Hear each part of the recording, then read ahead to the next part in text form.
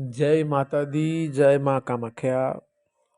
माँ भगवती आदि शक्ति जगजननी जगदम्बा आपका कल्याण करे। देवराधा ट्रस्ट, सत्यवाणी चैनल, परम पूज्य सीए डॉक्टर अशोक कुमार गुप्ता गुरु जी द्वारा दिया गया रहस्यमय ज्ञान आज हम आपके सामने प्रस्तुत कर रहे हैं। मनुष्य जब पैदा होता है तो अच्छे और बुरे कर्म लेकर के पैदा होता है। अच्छे कर्मों का शुभ फल प्राप्त होता है और बुरे कर्मों का उसको पाप और पुण्य के हिसाब से कर्म का फल मिलता है, यानी दुख मिलता है। तो अगर आपको पता चल गया है कि अपन बीमार चल रहे हैं, हमको कोई ऊपरी बाधा है, तो अपन ठीक भी करवा रहे हैं किसी तांत्रिक से, किसी ओझा से, तो वो ठीक होने का नाम ही नहीं ले रही, तो समझो कि आपके पिछले जन्म के कर्म के अनुसार आपको सजा मिल रही है। तो उस सजा से बचने के लिए कुछ परोपकार करना चाहिए, कुछ दान और पुण्य करना चाहिए, जिससे सजा में भी कमी होती है और सजा कटते कटते कटते एक दिन बिल्कुल पूरी कट जाती है। तो आप बिना किसी तांत्रिक के पास गए भी तो बिल्कुल स्वस्थ और निरोगी हो जाते हैं। महाभारत में तो ऐसा कहा गया है कि यदि एक दिन भी दान के बिना बीत जाए तो उस दिन इस प्रकार शोक करना चाहिए जिस प्रकार लुटेरे से लुट जाने पर मनुष्य करता है। जरूरी नहीं है कि आप मंदिरों में जाकर के बड़े बड़े भंडारे करवाएं, हवन पूजन ही करें। हेलो, दान का मतलब हो गया कि आप पक्षियों को एक मुट्ठी आपने चावल ही डाल दी, वो भी दान हुआ आपका। मछली को आटे की गोली खिला दी, एक पाव आटे की, तो वो भी दान में गिना गया। आपने किसी पक्षी को पानी पिला दिया, अपने छत पे भर के रख दिया पानी, तो वो भी दान हुआ। आपने एक रोटी या आधी रोटी कुत्ते को डाल दी, वो भी दान हुआ। तो इस प्रकार से आपको दान करते रहना चाहिए, जिससे पाप कर्म में कमी आती है। और जो भी आपको बीमारी दुखी है, वो किस भी तरह की बीमारी दुखी हो, चाहे ग्रह से संबंधित हो, चाहे पिछले जन्म के पाप कर्म की वजह से आ रही हो, तो धीरे धीरे वह कटने लगती है। विष्णु पुराण में कहा गया है कि जो व्यक्ति दान प्रदान किए बिना भोजन करता है, वह भोजन विष के समान होता है। देवों उपासना के साथ शक्ति अनुसार दान पुण्य करने से मनुष्य के पाप कर्म नाश हो जाते हैं, ग्रह पीड़ा से शांति मिलती है, सिद्धि लाभ होता है तथा देवता की अनुकंपा प्राप्त होती है। दान करने से पूर्व पात्र अपात्र का अवश्य विचार करना चाहिए। ये बहुत महत्वपूर्ण बात लिखी गई है कि मान लो आपको ये देखना है कि जो अपन किसी व्यक्ति को दान कर रहे हैं, वो दान लेने का पात्र है भी सही ना या नहीं, अन्यथा आपको उसका गलत रिजल्ट मिलेगा। दान पात्र और कुपात्र देख करके करना चाहिए। निमन दान कर्म श्रेष्ठ ब्राह्मण को अथवा शक्ति मंदिर में अर्पित कर सकते हैं। तो ऐसा करने से मान लो पाप कर्म में भी कमी आती है और व्यक्ति के ऊपर जो भी तंत्र बाधा, ऊपरी बाधा, पिछले जन्म का पाप कर्म है, तो धीरे धीरे कट जाता है। तिथि दान महात्म्य कि तिथि के अनुसार अपन कैसे दान पुण्य कर सकते हैं कि जिसके अनुसार जो अपने को कष्ट कम आए। तो सबसे पहले प्रतिपदा तिथि में माँ भगवती को गोघृत से पूजा करनी चाहिए, मतलब गाय के घी से पूजा करनी चाहिए। अर्थात षोडशोपचार पूजन पश्चात नैवेद्य के रूप में उन्हें गाय का घृत अर्पण करना चाहिए।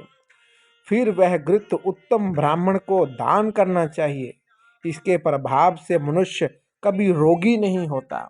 कि मान लो जो भी व्यक्ति प्रतिपदा तिथि में माँ भगवती आदि शक्ति जगत जननी जगदम्बिका का षोडशोपचार पूजन करने के पश्चात नैवेद्य रूप में उन्हें गाय का घृत अर्पण करता है और फिर बाद में किसी ब्राह्मण को मंदिर में सेवा करने वाले को दान करता है, तो इसके प्रभाव से मनुष्य कभी रोगी नहीं होता। तब ये नहीं है कि आप एक बार ही कर दो तो बोले मैं रोग से मुक्त हो जाऊं। ऐसा आपको हर प्रतिपदा में करना है, चाहे 100 ग्राम ही ले लो, चाहे 200 ले लो, चाहे आधा किलो ले लो, चाहे मतलब जितनी आपकी सामर्थ्य है उतनी ही ले लो। अभी द्वितीय तिथि को पूजन करने पर भगवती जी को चीनी का भोग लगा करके ब्राह्मण को दान करने से मनुष्य दीर्घायु होता है। मतलब जिसको ज़्यादा बीमारियां लगती हैं वो द्वितीय तिथि के दिन भगवती को भोग लगा करके चीनी का किसी ब्राह्मण को दान करने से मनुष्य की आयु बढ़ती है उससे। तृतीय तिथि में भगवती की पूजा में दूध का भोग लगा करके वह दूध ब्राह्मण को दान देने से संपूर्ण दुखों का विनाश हो जाता है। चतुर्थी तिथि को मालपुए का नैवेद्य अर्पण करने पर ब्राह्मण को दान करने से समस्त विघ्नों का शमन होता है। पंचमी तिथि को पूजा करके भगवती को केला अर्पित करते हुए ब्राह्मण को देने से मनुष्य की बुद्धि का विकास होता है। षष्ठी तिथि को मधु का भोग लगाकर ब्राह्मण को दान करने वाला मनुष्य सौंदर्य प्राप्त करता है। सप्तमी तिथि में भगवती को गुड़ नैवेद्य अर्पण करके ब्राह्मण तथा मंदिर में दान देना चाहिए, तो व्यक्ति शोक मुक्त होता है। ये नहीं है कि मान लो मंदिर में ब्राह्मण नहीं है तो मान लो कोई भी जाति का हो, साधु हो, सन्यासी हो, मतलब किसी भी व्यक्ति को जो उस चीज़ का यूज कर ले, मान लो खाने की चीज़ दे दी गई है तो उसको खाए वो, तो फिर आपका दान लगेगा ही लगेगा। अष्टमी तिथि को भगवती को नारियल का भोग लगाना चाहिए तथा नैवेद्य के रूप में नारियल ब्राह्मण अथवा मंदिर में दान देने से सर्व कष्टों का शमन होता है। नवमी तिथि में भगवती को धान का लावा अर्पण करने पर ब्राह्मण को देने से मनुष्य को लोक परलोक में सुख की प्राप्ति होती है। दशमी तिथि में भगवती को काले तिल का नैवेद्य अर्पण करने पर मंदिर में दान करने के साथ उसको यमलोक का भय नहीं रहता है।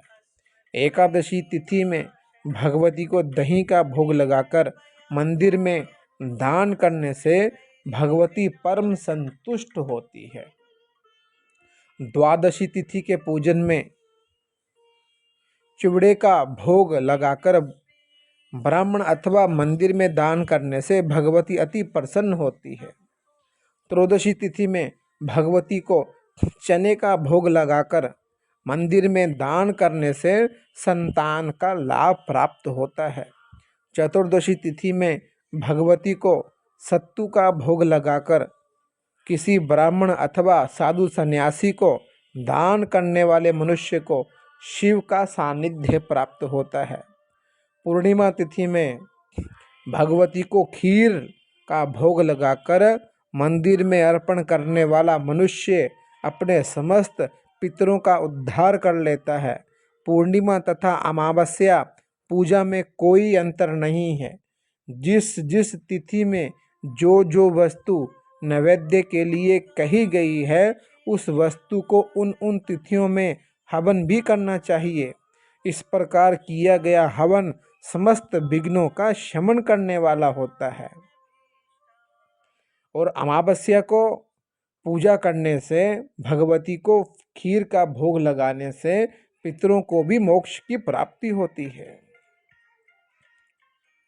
जय माता दी, जय माँ कामाख्या। माँ भगवती आपका कल्याण करे।